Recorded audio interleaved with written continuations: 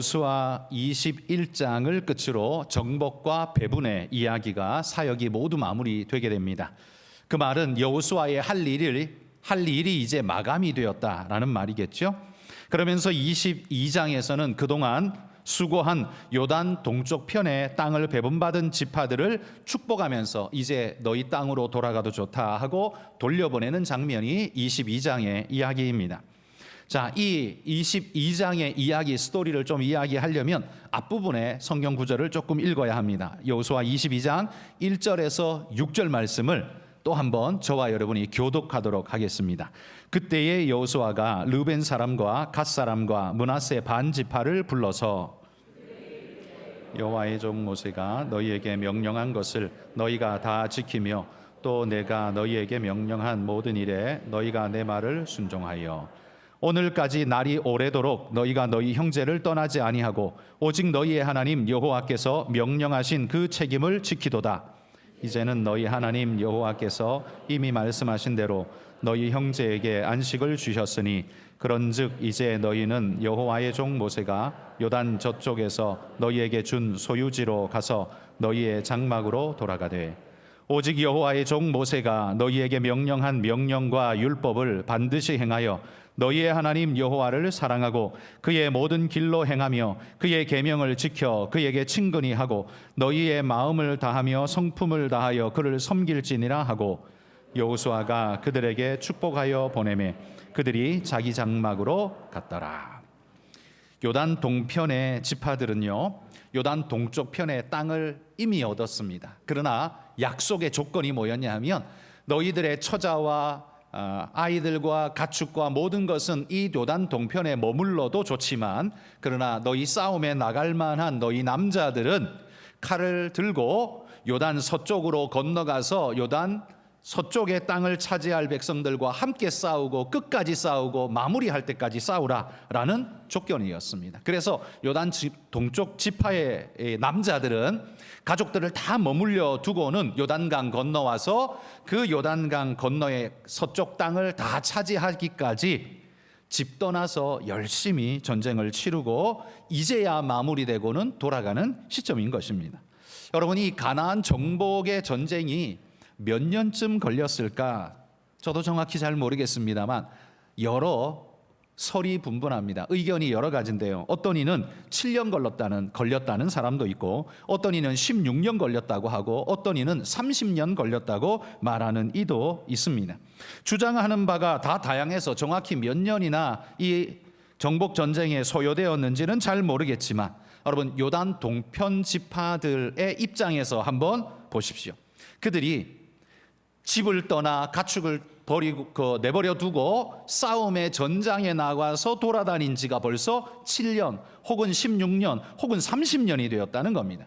그들에게는 이 시간이 얼마나 힘겹고도 무거운 시간이었겠습니까? 이 긴 시간을 약속을 지키기 위해 몸부림하며 달려온 시간이었습니다. 오직 가족들을 생각하며 그 긴 시간을 참았고 그 가족들을 생각하며 그 어려운 시간을 버텨내었던 겁니다. 형제들이 안식할 땅을 다 얻을 때까지는 우리의 수고가 맞춰서는 안 된다 하면서 그 수고를 아끼지 아니한 헌신을 이 요단 동편 형제들은 끝까지 했다는 말이죠. 그러자 그 일을 마무리하고는 여호수아가 그 요단 동편의 사람들을 보니 너무나 마음이 뿌듯하고 또 애틋하기도 하고 감사했습니다. 그래서 그들에게 축복기도 하며 축복을 빌어주고 그리고 그들 요단 동편 자기 땅으로 돌아가게 지금 보내고 있는 거죠.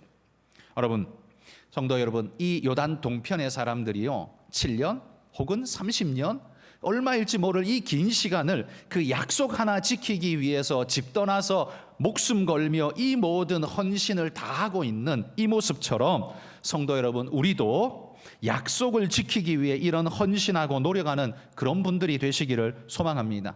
왜냐하면요, 약속을 지키는 게 도덕적으로 바른 일이기 때문에 그러해야 하는 것도 있지만 여러분, 우리는 기독교를 가르쳐 언약의 종교, 말씀의 종교, 약속의 종교 아닙니까? 그런데 우리가 약속을 지키지 않는다면 우리가 믿고 기대하는 그 약속이 지켜질 거라는 걸 어떻게 보장할 수 있습니까? 내가 약속을 함부로 지키지 않고 함부로 한다면 내가 하나님의 약속을 어떻게 믿는다고 말할 수 있겠습니까? 믿지 않는 사람들이 우리의 모습을 보며 자기도 약속 안 지키면서 무슨 하나님의 약속 이야기를 운운하는 거야 라고 말하게 될 것입니다. 여러분, 그러니 우리가 약속을 끝까지 잘 지키고 손해가 되더라도 약속을 끝까지 잘 지켜가는 것이야말로 신앙 지키는 일이고 전도하는 일이라는 사실을 기억하면서 우리 요단 동편의 이 사람들이 믿음으로 이 약속을 끝까지 지켰던 것처럼 우리 성도님들도 약속 잘 지켜가시는 믿음의 일꾼들이 되시기를 축복합니다. 여러분, 여호수아의 이 축복은요, 형제들을 위해 수고한 자들을 향해 따뜻한 마음으로 빌어준 축복이었습니다. 비록 자기 땅을 얻기 위한 약속이 전제되어 있기 때문에 시작되어 일이기는 하지만 형제들이 안식할 땅을 얻을 때까지 우리도 안식하지 않겠습니다. 힘내어 달려가겠습니다. 이런 마음으로 지금 수년 수십 년을 달리지 않았습니까? 여러분, 이게 얼마나 멋진 모습이냐는 거예요. 여호수아는 그런 그들의 모습이 너무도 기특하고 사랑스러웠습니다. 성도 여러분, 우리도요, 믿지 않는, 그러니까 다시 말해서 하늘의 복음의 말씀을 아직 믿지 못해서 하늘의 땅을 상속받지 못한 많은 우리와 함께하는 형제들, 친구들, 이웃들을 위해서 여러분, 우리가 그들이 그 땅을 차지하기까지, 그 믿음을 갖기까지 전도의 수고를 오늘도 열심으로 다해가는 그런 우리가 돼야 할 줄 믿습니다.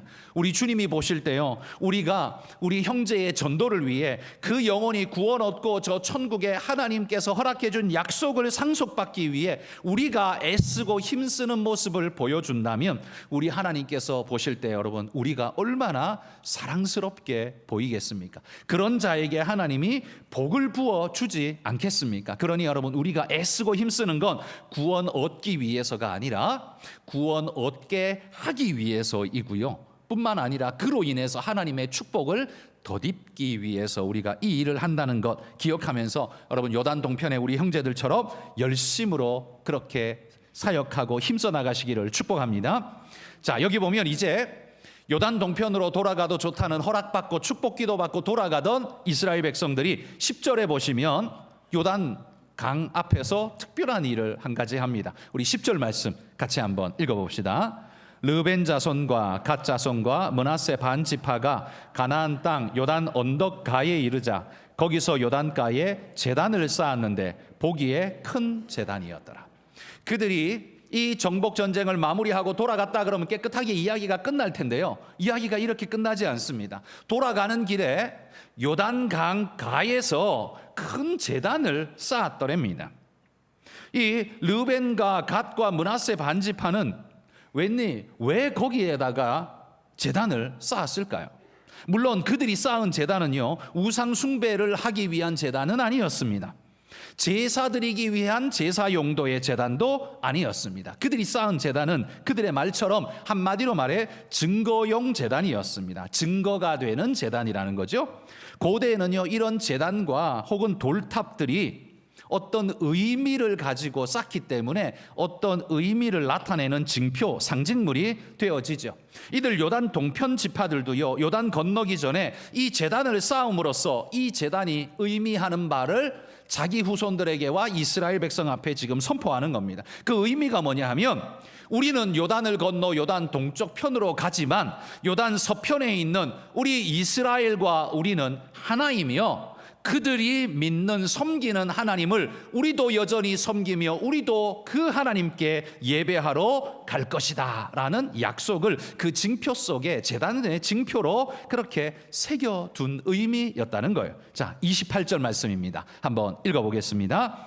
우리가 말하였거니와 만일 그들이 후일에 우리에게나 우리 후도에게 이같이 말하면 우리가 말하기를 우리 조상이 지은 여호와의 제단 모형을 보라. 이는 번제를 위한 것도 아니요 다른 제사를 위한 것도 아니라 오직 우리와 너희 사이에 증거만 되게 할 뿐이라. 지금 요단 동편 이 지파의 사람들이 지은 제단은요, 하나님 앞에 제사 용도로 지은 게 아니라 그저 증거만 되게 할 뿐이라 라고 말합니다. 여호와의 제단과 같은 모형으로 만든 거, 우리가 여호와의 제단을 사모하고 그 백성임을 나타내주는 증거라는 말이에요. 한 신앙을 공유하는 이스라엘, 우리도 이스라엘이라는 걸 나타내주는 증거로 세웠다는 거예요.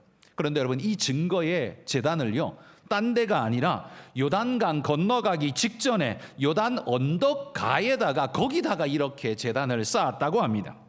왜 거기다가 쌓았을까요? 이유가 뭘까요? 그들이 쌓은 곳이 요단 언덕가라고 하는데 정확히 어느 지점인지는 언급하고 있지는 않습니다. 아마 제 생각에는요, 이스라엘 백성이 요단강을 가르고 건넜던 바로 그 지역으로 다시 건너간 것이 아닐까 싶습니다. 왜냐하면 거기로 건너왔기 때문에 자연스럽게 그 길로 걸어간다라고 생각을 하고 지나가겠죠. 그런데 거기에 언덕에다가 지금 제단을 쌓은 겁니다. 여러분, 우리가 요단강을 건너오는 이스라엘 백성을 한번 생각해 보십시오.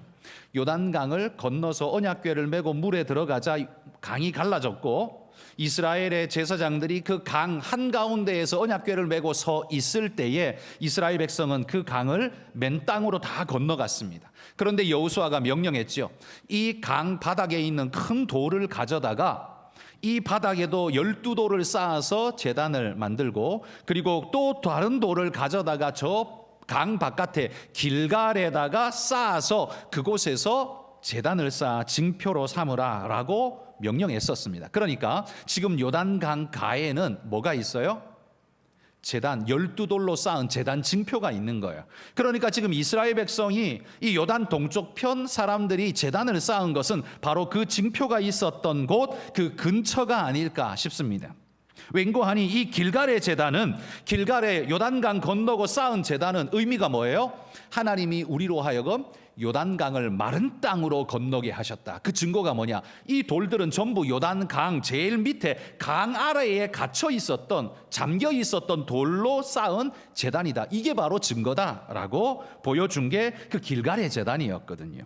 그런데 요단 동편 지파가 지금 그 옆에다가 제단을 쌓았다는 거 어떤 의미일까? 아마도 제가 생각할 때는 이 길갈의 제단을 쌓은 사람, 장본인이 누구냐 하면 이스라엘 백성 우리다라는 거, 우리도 함께 했었다라는 사실을 이 제단으로서 증명하고 싶었는지 모릅니다. 길갈의 제단은 이스라엘이 하나님의 백성이라는 증거로, 하나님이 우리를 마른 땅으로 건너게 하셨다는 증거로 여기다가 쌓았는데, 요단 동편 지파의 제단은 자신들이 바로 그 백성이다, 여호와는 바로 우리의 하나님이다라는 걸 나타내는 증거로 세웠다는 말이에요.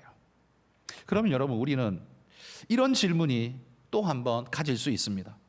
아니, 그걸 누가 몰라? 근데 왜 굳이 그걸 또 그렇게 제단을 쌓고 증거가 왜 필요해? 라는 질문을 던질 수 있죠. 그걸 모르는 사람이 어디서 다 알지. 그런데 왜 그 증거가 필요했을까요? 이 요단 동편의 지파들은 왜 요단강 건너가기 전에 여기다가 증거의 제단을 쌓아야 되겠다라고 생각하게 만든 이유가 도대체 뭐라고 여러분 생각하십니까? 여러분, 그건요, 이 요단 계곡이 사실은 쉽게 건너다닐 만한 그런 곳이 아닙니다. 이스라엘 백성이 건너온 것은 그래도 평평하게 되어 있어서 물이 빠지기만 하면 건너기가 수월했지만, 요단 계곡은요 사실은 긴 계곡인데, 그 계곡이 계곡강을 따라서 서쪽 편은, 요단 서쪽 편은 산지로 점점 높이 올라가고요, 이게 1km가 넘는 1000m, 고도 1000m가 넘는 높이로 쫙 올라가고, 요단 계곡은 마이너스 400에 있고, 이게 높이가 1000m 높이까지 올라가야 됩니다. 그런데 요단강 건너서 동쪽 편도 또 산으로 솟구쳐 있습니다. 그러면 여러분, 동에서 서로 건너가고 서에서 동으로 건너가는 게 절대로 쉬운 일이 아닙니다. 절대로 쉬운 일이 아니라는 거예요. 지도에서는 평면으로 보이니까 요리 왔다리 갔다리 하는 게 쉬워 보이지만 그게 아니에요. 이게 1000m 고도에서 마이너스 400까지 내려왔다가 다시 저쪽 위로 800까지 쫙 올라가야 하는 엄청난 힘겨운 거리였어요. 그러니까 그들이 건널 수 있는 곳도 한정되어 있고, 거기에 지금 제단을 쌓은 거예요. 이 증거가 굳이 왜 필요했을까? 여러분, 그건 우리가 충분히 추론해 볼 수 있습니다. 계곡이, 그렇게 깊은 계곡이 동과 서를 나누고 있다면, 여러분, 동쪽과 서쪽은 분명히 교류가 드물 수밖에 없고, 교류가 드물어지기 때문에 문화적 이질감이 점점점 시간이 갈수록 이질감이 생길 수밖에 없고, 요단 동편에 있는 이 이스라엘 백성들은 요단 서편에 있는 이스라엘과 교류하기보다는 요단 동편의 바깥쪽에 있는 이방인들과 교류하는 게 훨씬 쉽기 때문에 그쪽 교류가 훨씬 더 많아질 겁니다. 그러면 그쪽과 교류를 자주 하다 보면 성격이 이스라엘화 되는 게 아니라 반대로 이방에 가까워지는 형태로 점점점 이방화 되어지는 것이 쉬워질 겁니다. 그렇게 되다면 요단 동쪽과 서쪽이 서로 분리되어 있는 상태이기 때문에 요단 서쪽의 사람들은 시간이 가면 갈수록 너희하고 우리는 상관없어 이렇게 말하게 될 환경이 되게 농후해진다는 거죠. 여러분, 지리산자락 이쪽 편과 저쪽 편의 사람 얼마나 서로 문화가 다릅니까? 이 사투리도요, 이쪽과 저쪽이 막 달라지잖아요. 왜? 교류가 산맥으로 끊겨버렸기 때문에 언어도 달라지는 거예요. 마찬가지로 요단 계곡이 갈라놓은 동쪽과 서쪽은 교류하는 것이 쉽지 않기 때문에 문화적 이질감이 점점 깊어지고 신앙적으로나 여러 모양이 점점 나뉘어질 확률이 높다는 거예요. 그래서 지금 그들은 그걸 걱정하면서 우리는 하나다라는 징표가 필요하다고 여겼던 거예요. 자, 25절 말씀 읽어보겠습니다. 25절. 너희 르벤 자손 갓 자손아, 여호와께서 우리와 너희 사이에 요단으로 경계를 삼으셨나니 너희는 여호와께 받을 분깃이 없느니라 하여 너희 자손이 우리 자손에게 여호와 경외하기를 그치게 할까 하여. 이게 누가 하는 말이에요? 예상 질문인데, 너희 후손들이 요단 서쪽에 있는 너희 후손들이 나중에 우리 요단 동편 우리 후손들에게 말하기를 하나님께서는 요단 계곡으로 요단 강으로 경계를 삼았으니 그 너머에 있는 너희는 우리하고 상관없다. 너희 하나님께 예배하러 못 와. 여호와의 성전에 예배하러 못 와. 그리고 바리케이트를 쳐버리고 막아버릴까? 그걸 두려워해서 지금 이 일을 하고 있다고 말하는 거예요. 요단이 경계가 되고 난임이 된다는 걸 지금에서야 걱정하게 됐다는 거죠. 그래서 이 후손들이 요단강을 경계로 해서 너희는 우리 형제가 아니야 라고 말해버릴까 봐, 너희는 여호와께 제사 드리러 올 자격이 없어 라고 막아버릴까 봐 걱정이 되었다는 거예요. 그들이 볼 때에도요, 미래에 이런 일이 생겨날 가능성이 높다고 봤다는 거죠. 그래서 걱정하고 있습니다. 요단 계곡이 그런 분리의 역할을 할 거라고 누가 봐도 생각되기 때문이죠. 근데 여러분, 아니 그러면 지금 그 생각이 든다면 왜 요단강 건너오기 전에는 그러면 그 생각을 못했냐는 거죠. 진작에 그 생각을 했으면 요단 동쪽 편이 아무리 좋아도 그랬다가 우리 그냥 나뉘어져서 민족이 나뉘어지면 곤란하지, 안 되지. 그러니까 좋지만 포기하자. 요단 서쪽 약속의 땅으로 가자. 이렇게 했었어야 맞는 거 아닐까요? 그런데 왜 요단 동쪽에 그 땅 달라고 할 때는 정신없이 달라고 하더니만 지금 와서 이런 생각을 하고 있는 걸까요? 요단 동쪽 편에 그 백성들이요, 그 동쪽 들녘이 서쪽보다 사실은 훨씬 좋은 들녘이었습니다.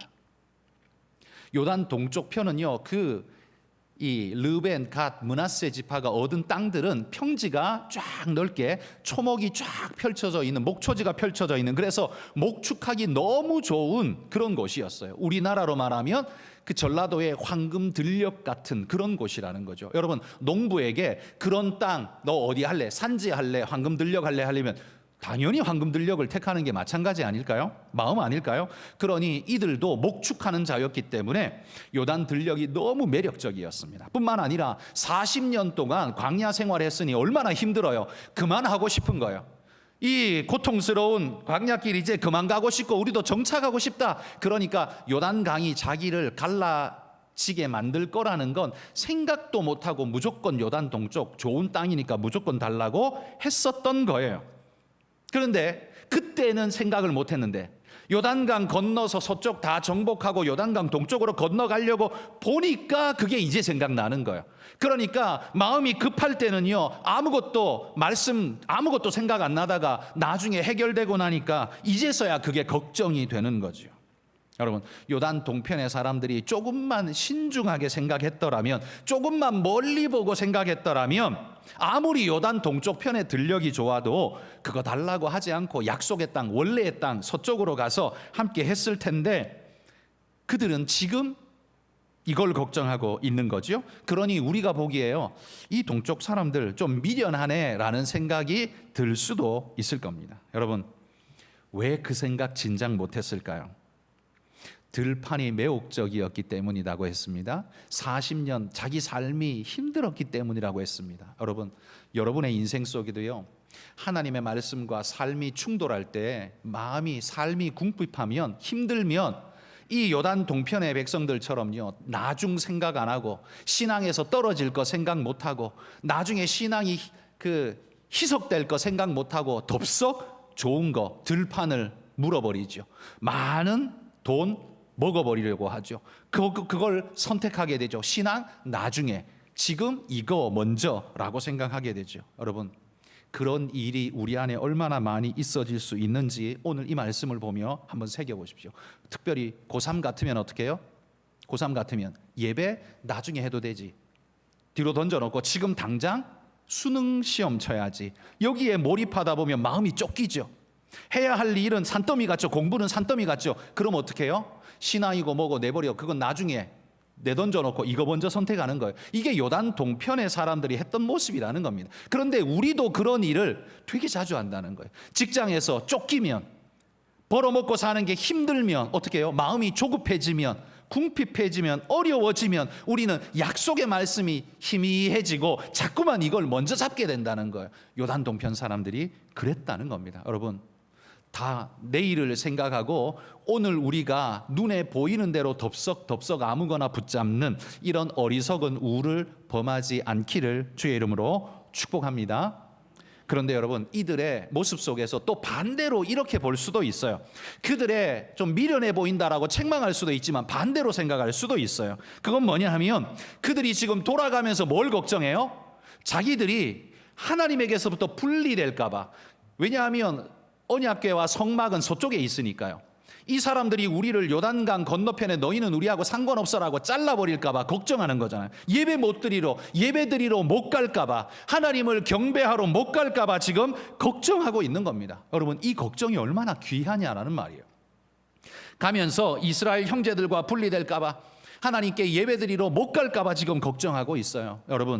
여러분은요, 물질에 대한 걱정이 아니라 예배에 대한 걱정을 먼저 해본 적 있으십니까? 스스로 한번 답해 보십시오. 물질에 대한 걱정은 자동으로 우리가 하는데, 예배 못 드릴까 봐 그거 걱정하고, 예배 못 드리면 안 되지, 그럼 나 그거 포기할래. 예배 못 드리면 안 되지, 나 예배 드리러 가야지, 나 그 시간 포기할래, 그 재미진 거 포기할래, 그 돈 되는 거 포기할래. 여러분, 그렇게 해본 적 있으시냐는 말입니다. 예배 못 드리면 유튜브에 들어가면 영상 녹화해 놓은 거 많은데 그거 보면 되지. 혹시 이렇게 생각하지 않으시나요? 꼭 예배를 예배당에서만 드려야 되나? 어디서 드려도 하나님은 계신데, 그러니까 어디서 드려도 예배인데, 혹시 이런 생각하지 않으십니까?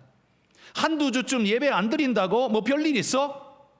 괜찮아, 상관없어, 그 다음에 예배 드려도 돼. 혹시 이런 생각하지 않으시나요? 여러분, 여기 요단 동편 지파들의 걱정이 그런 면에서 저는 참 부럽습니다. 하나님에게서 끊어져서 예배 못 드릴까 봐 지금 그걸 걱정하면서 제단을 쌓으면서, 우리는 너희와 하나야, 우리는 예배 드리러 갈 자격이 있는 자야, 이게 증여해 라고 말하면서 그 증거를 세워놓기를 간절히 바라고 있는, 열망하는 그 마음이야말로 여러분, 예배를 향해, 하나님을 향해 얼마나 애타는 마음이냐는 거예요. 그래서 나는 그게 부럽다는 겁니다. 여러분들은 자녀들이 대학 입학 못할까 봐 걱정하면서 고3 때에는 교회 안 가도 돼, 너는 학원 가, 대신 내가 예배 2번 드릴게. 혹시 이래 본 적 없으십니까? 너는 기도 안 해도 돼, 내가 기도 2번 할게, 너 대신 2번 할게, 너는 그냥 1년 뒤에 대학 가고 난 다음에 그 다음에 예배 드려. 이렇게 해보신 적 없으십니까?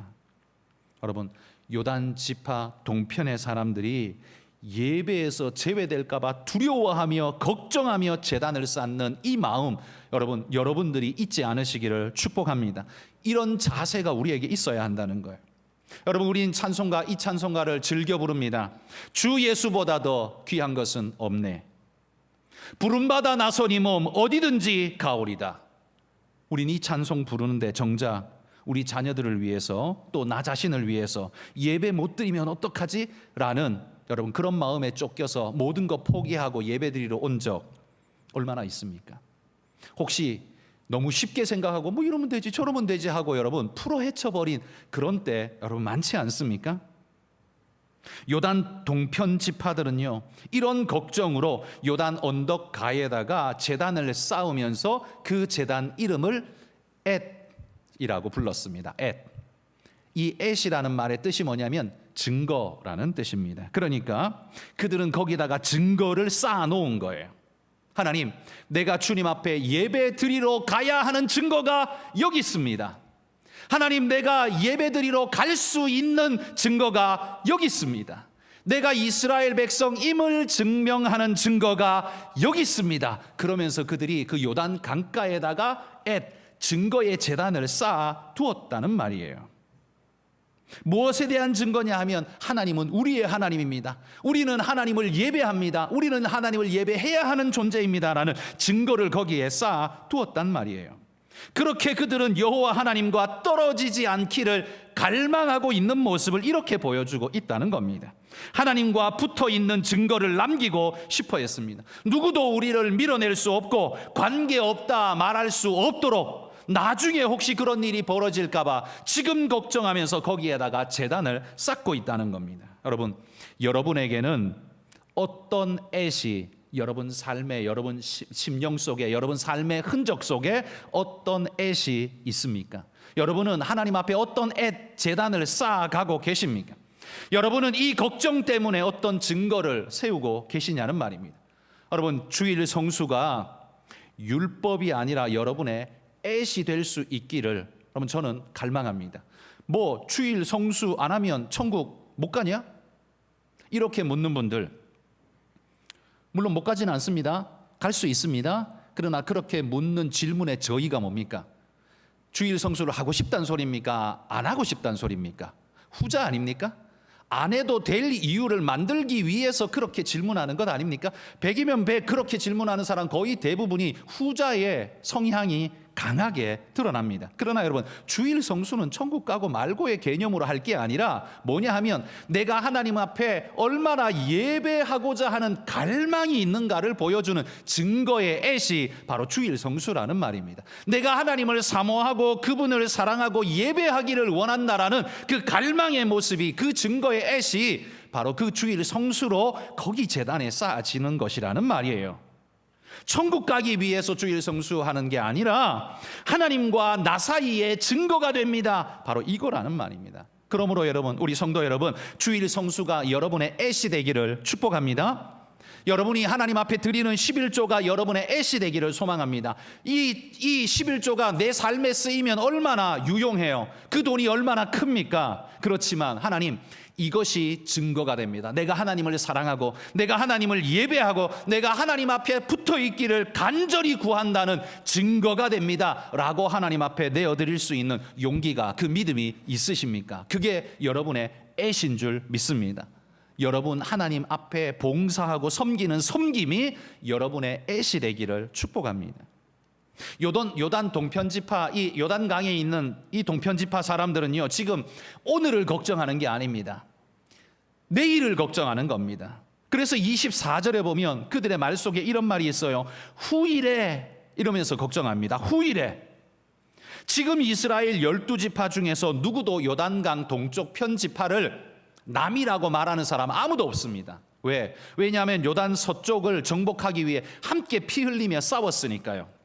그러니까 당연히 우리 이스라엘이지, 당연히 예배하러 와야지, 그들은 우리 형제야, 지금은 누구라도 그렇게 말할 겁니다. 그런데 그 요단 계곡이 나누어 놓고 교류가 적어지고 문화가 점점 이질화가 다 진행되면서 나중엔 어떻게 해요? 남이라고 부를까 봐 두려운 마음이 이들에게 생겼다는 거예요. 걱정, 후일에 대한 걱정이 생겼습니다. 여러분은 교회의 후일을 얼만큼 걱정하십니까? 그래서 교회의 내일이 어떻게 될지 걱정되어서 오늘 내가 충성하겠습니다, 오늘 내가 더 헌신하겠습니다, 여러분 그런 분 계십니까? 그런 분이 계시다면 여호수아가 요단 동편 지파 사람들을 정말 사랑하는 마음으로 축복한 것처럼 우리 하나님께서 그런 귀한 마음의 소유자인 여러분들을 우리 하나님께서 정말 지극정성으로 축복하고 복 주실 줄 믿습니다. 그러나 여러분, 주일 성수 한두 번 빠져도요, 오늘은 아무 이상 없습니다. 여러분이 오늘 주일 성수 빠지고 골프 치러 가도 벼락 맞고 죽지 않으실 겁니다. 여러분이 뭐 11조 한 두어 번 빼먹고 혹은 아예 줄줄이 빼먹고 해도 여러분이 죽지는 않으실 겁니다. 오늘 이상은 없을 겁니다. 그러나 여러분, 열심히 섬기다가요, 좀 쉬어야지 하면서 1년 쉬고 2년 쉬다 보면 나도 모르게 내 안에 하나님과 내 사이에 요단 계곡이 형성되어져서 점점 세상의 물길이 점점 쏟아져 들어오고 근심과 할 일과 문제가 계곡의 물처럼 스며들어와서 하나님과 나 사이를 점점 벌려놓게 될 것입니다. 그러고 나면 하나님과 나 사이가 멀어져서 넘어가기가 점점 어려우실 겁니다. 그때를 걱정하셔야 됩니다. 그러면 오늘 우리는 어떻게 해야 됩니까? 여러분, 주일 성수 좀 빼먹어도 여러분 절대로 죽지 않을 겁니다. 그러나 내 영혼은 서서히 죽어갈 겁니다. 내 육신은 죽지 않아도요, 내 영혼은 서서히 죽어갈 겁니다. 육신이 죽지 않는다고 해서 우리가 죽지 않는 게 아닙니다. 만약에 그것 죽지 않는 거라고 말씀하신다면 에덴 동산에서 뱀의 유혹에 걸려서 선악과 따먹고 안 죽었네? 하나님 거짓말했네? 라고 말하는 아담 하와랑 똑같은 모습 아닐까요? 아담과 하와가 선악과 따먹고 죽었습니까? 안 죽었습니다. 900년을 살았습니다. 그러면 하나님이 거짓말한 건가요? 아닙니다. 아담과 하와는 그 선악과 따먹고 그때부터 어떻게 해요? 영혼이 죽었습니다. 영적으로 죽어갔습니다. 그리고 에덴 동산에서 쫓겨났습니다. 그리고 점점 두려움과 심판에 사로잡혀서 심판의 공포 속에서 세상을 살아가는 존재로만 살지 하나님의 영적인 존재로 살아가지는 못했습니다. 그들의 영혼이 점점 죽어갔다는 겁니다. 여러분, 오늘 주일 성수 안 해도요, 여러분 육신은 아무 인재 없을 겁니다. 그러나 제가 분명히 말씀드립니다. 한 주, 두 주 건너뛰고 하시다 보면 여러분도 모르게 여러분의 영혼이 죽어가는 걸 나중에 발견할 겁니다. 그 나중에 언제요? 요단 계곡이 우리와 하나님 사이를 이만큼 벌려놓고 난 다음에 그제서야 깨닫게 될 겁니다. 이만큼 벌어졌네. 그때 건너가려고 하면 물이 너무 많아서 건너기가 어려우실 겁니다. 여러분, 지금부터 요단 동편의 사람들처럼 결단하시기를 축복합니다. 여러분의 신앙생활에 애시 있기를 축복합니다. 남들은 그 증거 몰라봐도 나와 하나님 사이의 증거의 재단 하나님이 알아봐 주시고 내가 증거할 수 있다면 그걸로 족합니다. 여러분, 그거 지켜가시기를 바랍니다. 그게 허물어지는 날 내 안에 요단 계곡이 생기고 나와 하나님 사이에 왠지 모를 거리감과 어려움이 생겨서 하나님이 점점 멀어져 보이고 그때에 우리는 머리를 뻑뻑 긁으면서 여건이 안 좋아서 일이 너무 많아서 사는 게 너무 고달파서 이런 핑계를 대겠지만 그런다고 요단 계곡이 없어져 주지 않습니다. 여러분, 우리 일이 바쁜 건 맞습니다. 틀린 말이 아닙니다. 여러분 바쁘신 것 저도 알고 저도 바쁩니다. 그런데 여러분, 우리가 바쁘다는 사실이 하나님과 나 사이에 요단 계곡이 생겨도 된다는 걸 말하는 건 아니라는 사실을 기억하셔야 합니다. 내가 바쁘다는 게 하나님과 나 사이에 계곡을 만들어도 된다는 허락은 아니라는 말이에요. 아무리 일이 많아도 일이 많기 때문에 주님께 더 엎드리는 마음을 가지셔야 합니다. 저도 여러분 고등학교 3학년 때요, 고3 때 야자 끝나면 10시에 항상 끝나는데 야자 끝나면 저는 집으로 가는 게 아니라 항상 교회로 갔습니다. 그리고 교회에 가서 그 늦은 시간에 혼자 교회당에 불 켜고 혼자 거기서 한 10분이라도 기도하고 그리고 집으로 갔습니다. 저는 매일매일 그렇게 했습니다. 고3인데요. 그리고 고3인데 수련회 다 참석했습니다. 수련회 양심에 찔려가지고 하루 앞에 빼먹었다가 전도사님한테 엉덩이 몇 대 얻어맞고 다시 안 빠지겠습니다 하고 고3인데 수련회 꼬박꼬박 잘 참석했습니다. 저는 그날 그때를 후회하지 않습니다. 그게 저를 만들었고 오늘의 저를 만들었고 그때의 축복이 지금 나를 앞으로도 만들어 갈 거라고 저는 믿습니다. 여러분, 바쁘다는 핑계 뒤에 숨으면 나도 모르게 계곡이 생깁니다. 요단 계곡이 여러분과 하나님 사이를 갈라놓는 계곡이 점점 생기게 될 겁니다. 바쁘다는 거 근거 있는 이야기잖아요. 그러나 근거 있어도 여러분 결단을 하십시오. 결단을 하십시오. 아무리 바빠도 하나님 앞에 기도하러 가겠습니다. 아무리 바빠도 예배부터 하겠습니다. 예배부터 하나님께 드리겠습니다. 여러분, 이 결단이 우리에게 필요한 거예요. 요단 강가에 에시라는 제단을 만들고 있는 요단 동편 사람들의 마음이 그 마음 아닐까요? 오늘 요단 동편 지파들이 후일을 걱정하고 있는 것처럼 우리도 내일을 위해서 오늘을 준비하시기를 축복합니다. 여러분, 통장에 금전저축만 애써 하는 그 정도가 아니라 그것도 열심히 하셔야 되지만요, 그것만이 아니라 꼭 하시기를 바라는 것, 영적 저축을 반드시 하시기를 소망합니다. 여러분의 수고가 바로 여러분의 삶의 흔적의 애시 될 겁니다. 그런 수고하고 노력했던 모든 흔적들이 애시 되어서 증거가 되어 줄 겁니다. 그리고 그 애시 하나님 앞에는 나의 믿음의 고백으로 드려지게 될 것입니다. 여호와와 분리되기를 결코 원치 않아서 제단을 쌓으며 흔적을 남기려는 이들 요단 동편 지파의 간절한 마음이 우리 성도들의 마음속에 가득 있기를 주의 이름으로 축복합니다. 기도하겠습니다. 하나님,